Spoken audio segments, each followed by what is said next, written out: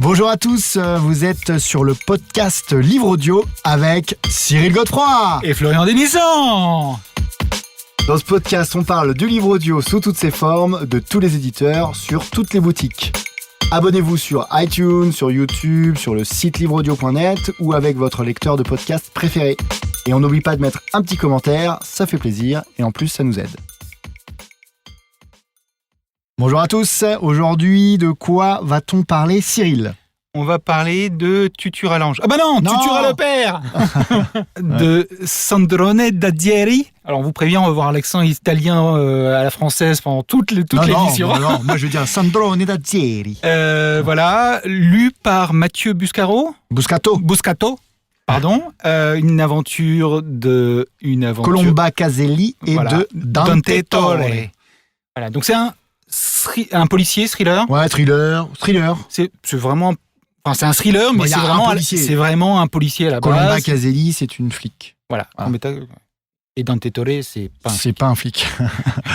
Mais voilà. Donc, non, mais c'est bien thriller quand même. Ouais, c'est bien thriller. Donc, c'est un très très bon livre dont on va vous parler. Ouais. On va commencer par un extrait. C'est parti. Pour éviter les visites surprises, Dante avait mis l'appartement au nom de Minutilio.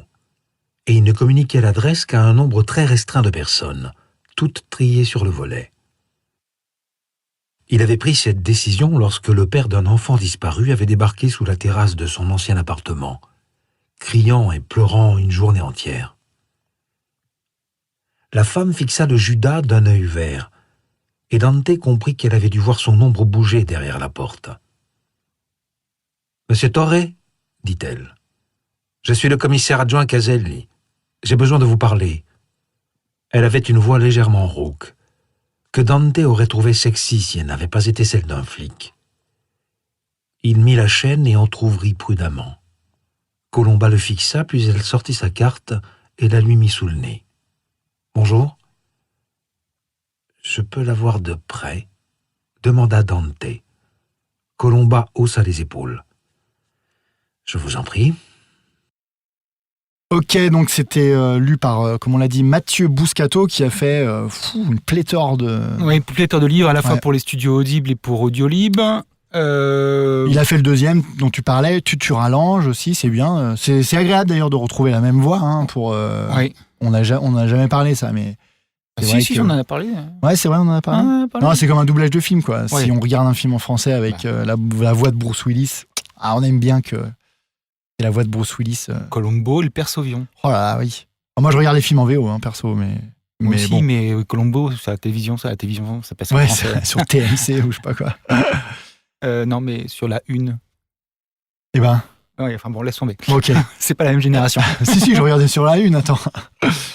Donc, Cyril, on va faire comme d'habitude, on va parler d'abord de l'aspect technique du livre. D'accord. Qu'est-ce que t'en as pensé ? Qu'est-ce qu'il y a à dire ? Alors, moi, sur l'aspect technique du livre, il y a deux gros reproches. Ah, putain, mais décidément, t'es venu avec tes valises de reproches. Moi, je suis le Grinch. Deux reproches. Le premier, c'est que je trouve que la voix, on a l'impression qu'il parle quand même un peu dans une boîte de conserve. Ah ouais ? Ouais, je trouve qu'à l'enregistrement, particulièrement au début, il y a des choses qui vont pas au niveau de la voix. Et puis alors, le niveau sonore est vraiment faible. Ouais, et le 2 aussi d'ailleurs, je suis en train d'écouter le 2 et c'est pareil. Alors, c'est une maladie un peu du livre audio. Il n'est pas vraiment faible, mais il est faible. Sur celui-là, je trouve qu'il est faible par rapport... Je suis tout à fait d'accord avec toi. De manière générale, le livre audio, le niveau sonore est faible. C'est-à-dire qu'on demande aux narrateurs et aux ingénieurs du son qui font l'enregistrement d'avoir un niveau sonore qui est positionné à certains endroits et... Voilà, de manière à ce que ce soit confortable à utiliser, que ça ne risque pas de saturer, etc. Donc, c'est en général faible, et il y a beaucoup de personnes d'ailleurs qui remarquent que les livres audio, le son est faible. Moi, je mets fort. Moi, je suis obligé systématiquement de mettre fort. Ouais. Et là, sur ce livre audio, je mets pas fort, je mets très fort. Moi, je mets à fond. Là, je suis obligé de mettre à fond, ou alors de sortir avec mon casque avec... le réducteur de bruit, là. Non, avec mon casque, avec les deux oreilles prises à l'intérieur pour pouvoir... bien l'entendre quand je suis en train de me balader, etc. Parce que sinon, le bruit environnant m'empêche d'écouter le Ouais, livre c'est vrai audio. que, comme je te disais, je suis en train d'écouter le 2, donc c'est pareil, c'est la même production, le même narrateur. Et à chaque fois, je dis, mais je suis à fond ou pas? Et, ouais.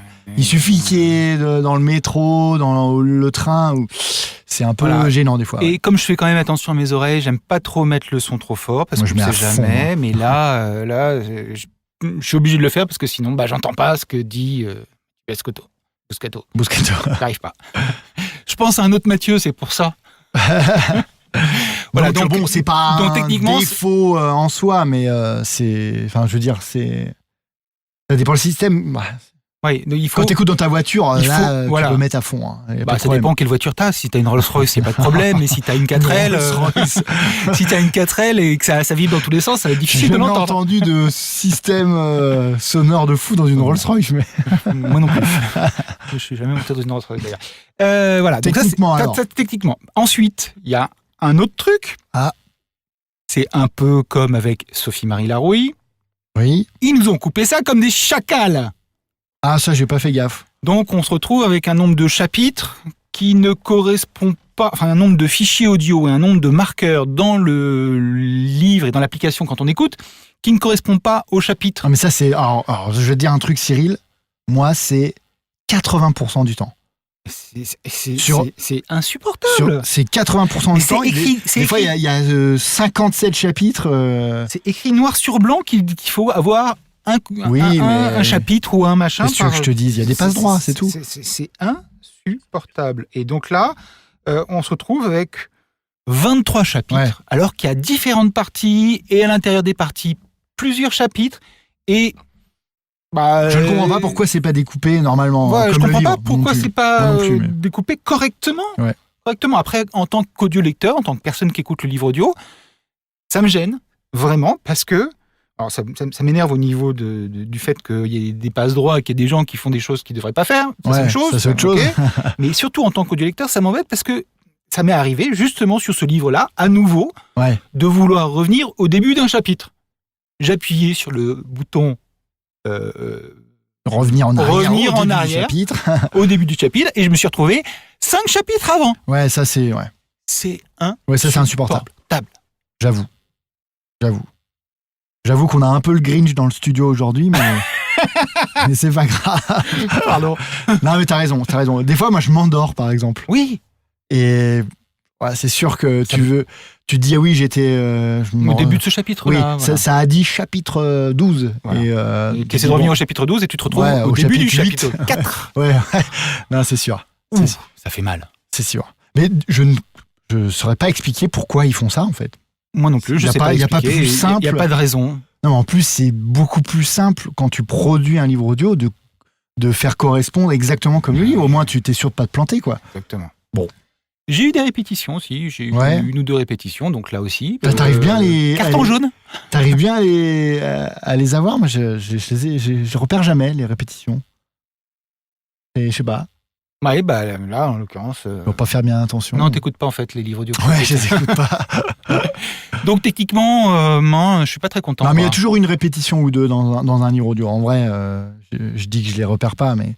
Oui, ça arrive assez souvent, c'est assez difficile. Ouais, c'est. Bon, en plus, c'est un livre qui dure 18h32 Ah bah minutes. là, on en a pour son argent. Hein. Oui, alors quand le monsieur il m'a dit je suis en train d'écouter celui-là, de le lire, voilà, tu devrais prendre le même et on va faire un podcast dessus, Ouais. et qui m'a dit ça 4 jours ou 5 jours avant quand écoute, on enregistre le podcast, donc- j'ai fait Donc, t'es en train de me dire que t'as pas fini. non, j'ai pas fini. Bah, moi, je l'ai fini. Donc ouais, je mais peux- ouais, toi, c'est pas cher.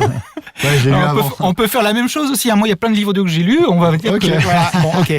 Donc celui-ci, j'ai pas fini de le lire. Je suis désolé. En venant chez toi, j'étais en train de l'écouter en 2 fois pour essayer de rattraper Non, le retard. ça doit Il être me reste horrible. 4 heures. Ça parle comme ça. Ah, c'est insupportable. Mais je l'ai fait donc, pour essayer, pour voir est-ce que je vais gagner du temps là-dessus. Ouais.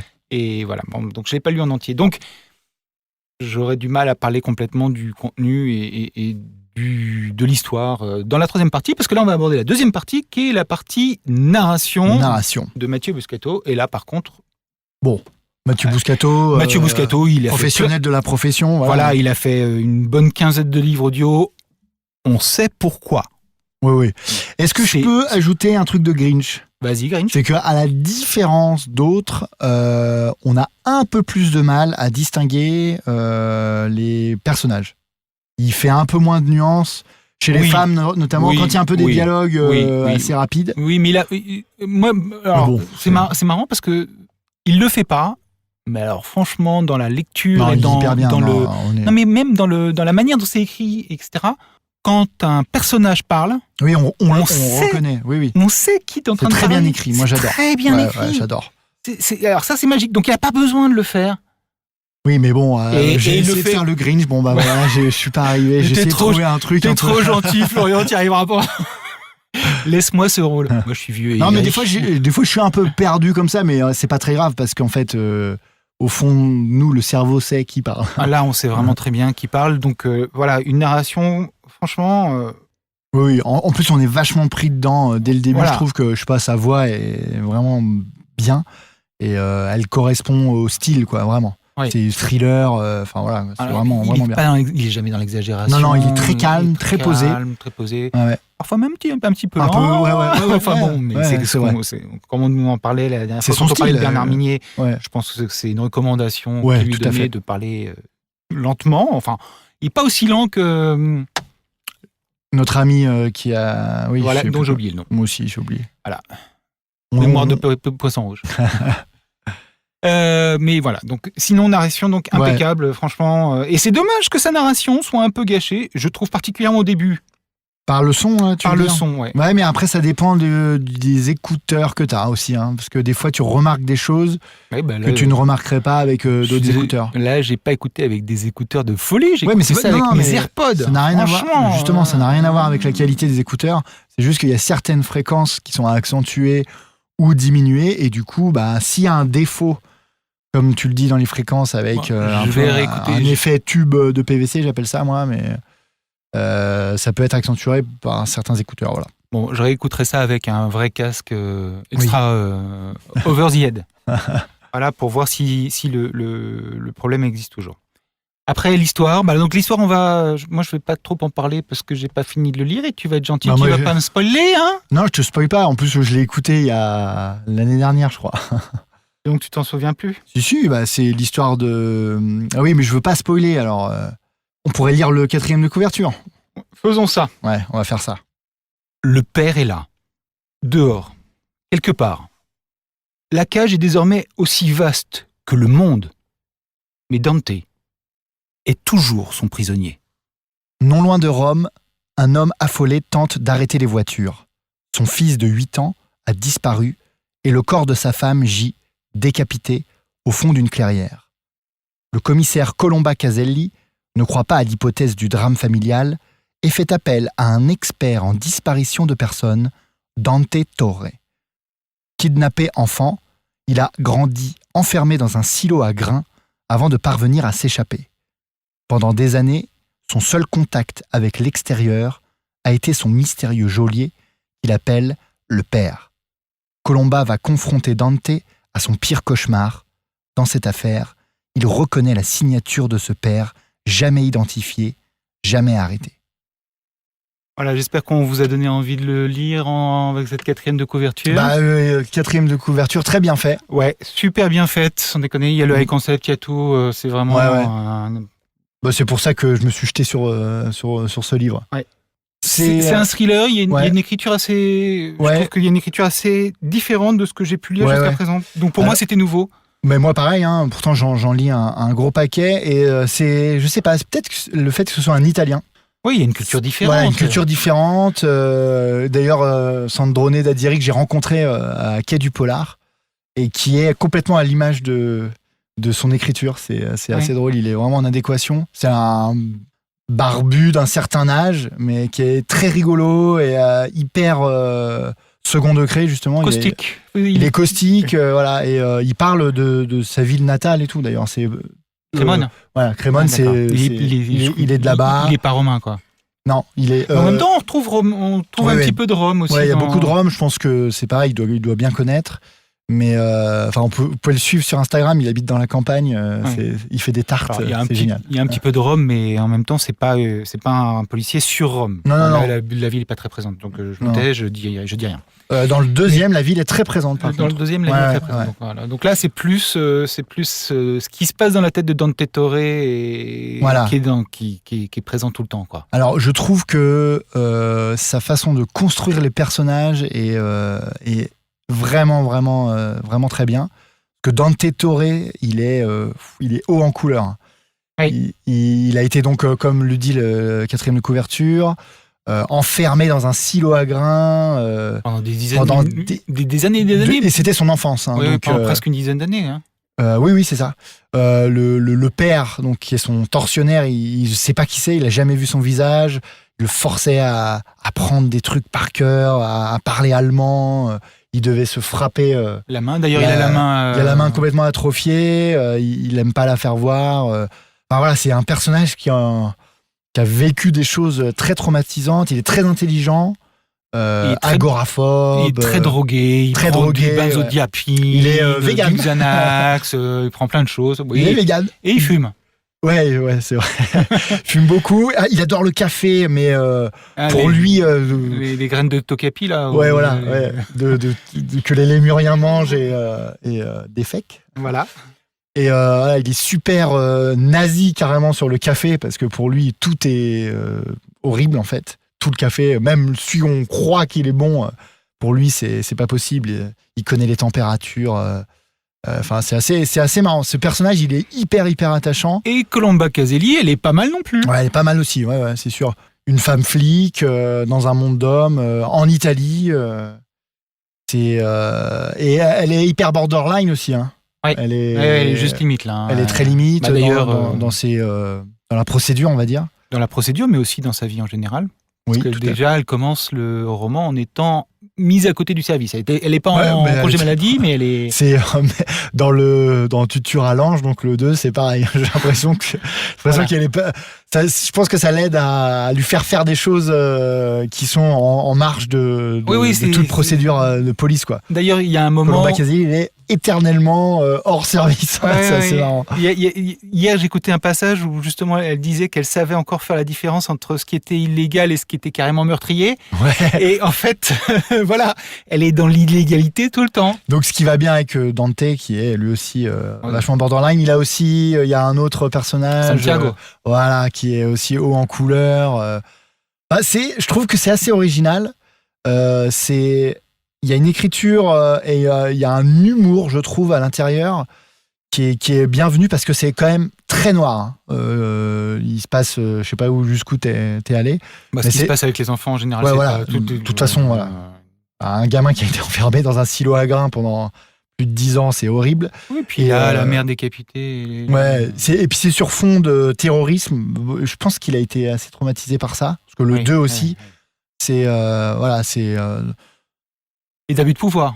D'abus de pouvoir, un peu de thèse complotiste, entre guillemets, que lui démonte, mais il passe pas à côté du fait que il y a des pouvoirs en place qui font des choses dont on n'est pas vraiment au courant. Et donc voilà, c'est tout un melting pot, un mélange de tout ça dans ce livre. C'est assez haletant, ça bouge beaucoup. Ils se déplacent souvent, ils sont tout le temps recherchés ou par les méchants ou par les gentils. Et ça dure 18h32 minutes. Donc c'est 18h, ça dépote. Voilà, donc ça dépote pendant 18h32 minutes. C'est vraiment bien. Ouais, c'est vraiment bien. Très riche, voilà. Je trouve que l'écriture est très riche et l'histoire est très très riche. Bon. Alors, faut l'écouter d'une traite, entre guillemets.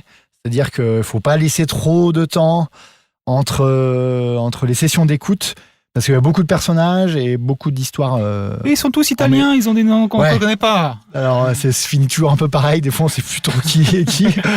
mais voilà, donc on conseille ce livre, Cyril. Bien sûr qu'on conseille ce livre. On conseille ce livre, c'est très bien. Et puis, on parlera de la suite. Oui, on parlera de la suite. Tu rallonges, c'est le deuxième livre, aussi lu par Mathieu Boscato. Donc tu veux vraiment dire Mathieu Biasotto, toi. Oui. Voilà, donc voilà, c'est tout pour Tutura le père de Sandrone Dazieri lu par Mathieu Biuscato, publié sur Audible exclusivement. Ah, on n'avait pas dit ça. On avait oublié de dire que c'était une exclusivité Audible.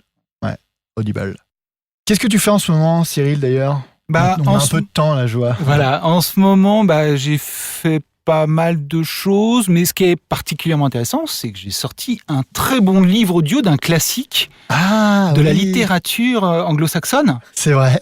L'Appel de la forêt. Tout à fait. Et à qui t'as demandé de le lire, justement ? Un inconnu. Un bel inconnu, mais un inconnu quand même. Dis-le, comme tu le dis. Une narration impeccable et habitée de Florian Denisson. J'ai cru que tu allais dire Florian Denisson. Non, pas du tout. Donc voilà, ça c'est le dernier livre audio que j'ai sorti grâce au travail qu'on a fait ensemble. Ouais, j'ai pris beaucoup de plaisir. Moi aussi, j'ai pris énormément de plaisir à l'écouter et à suivre ça. C'est bien parce que on travaille tous les deux la tête dans le guidon. Ouais, ça c'est vrai. Et là, justement, j'ai pris un petit peu de hauteur par rapport à la réalisation et par rapport à... Ouais, tu l'as délégué un peu. Voilà, j'ai délégué et ça m'a permis, moi, de mieux me positionner dans le travail, justement, de direction artistique ou de direction tout court de ce livre-là. Et du coup, c'est un peu ce qu'on vous livre avec chacun des podcasts. C'est ce qu'on fait. L'expérience. C'est qu'on produit, on écoute, on essaie d'analyser. Voilà, c'est ce qu'on vous livre. Donc voilà, c'était mon actualité du moment. Et L'Appel de la forêt, c'est un très beau livre. Hein. Moi, oui, c'est vraiment un très beau livre. Le livre lui-même en soi. J'ai eu beaucoup d'émotions en le narrant. Et donc j'espère que vous l'apprécierez. On a eu plaisir à l'écouter. Bon, et à la prochaine alors. À la prochaine, Cyril. Merci d'avoir écouté. Salut.